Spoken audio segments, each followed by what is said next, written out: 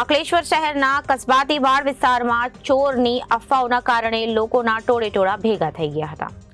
પોલીસે તાત્કાલિક અસરથી દોડી આવી અને તપાસ કરતા અંતે કોઈ જ ન નીકળતા ટોળા વિખરાયા હતા. અંકલેશ્વર પંથકમાં છેલ્લા ઘણા સમયથી ચોરોની અફવાઓના કારણે લોકોમાં ડરનો માહોલ જોવા મળી રહ્યો છે. ત્યારે આવા દ્રશ્યો ગતરોજ અંકલેશ્વર શહેરમાં જોવા મળ્યા હતા. અંકલેશ્વર શહેરના કસ્બાતી વાડ વિસ્તારમાં ચોરની અફવાઓ વચ્ચે લોકોના ટોળા એકત્રિત થઈ ગયા હતા.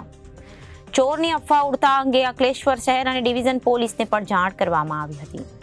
ત્યારે અંકલેશ્વર શહેરે ડિવિઝન પોલીસનો કાફલો પણ તાત્કાલિક અસરથી દોડી આવીને તપાસ હાથ ધરી હતી.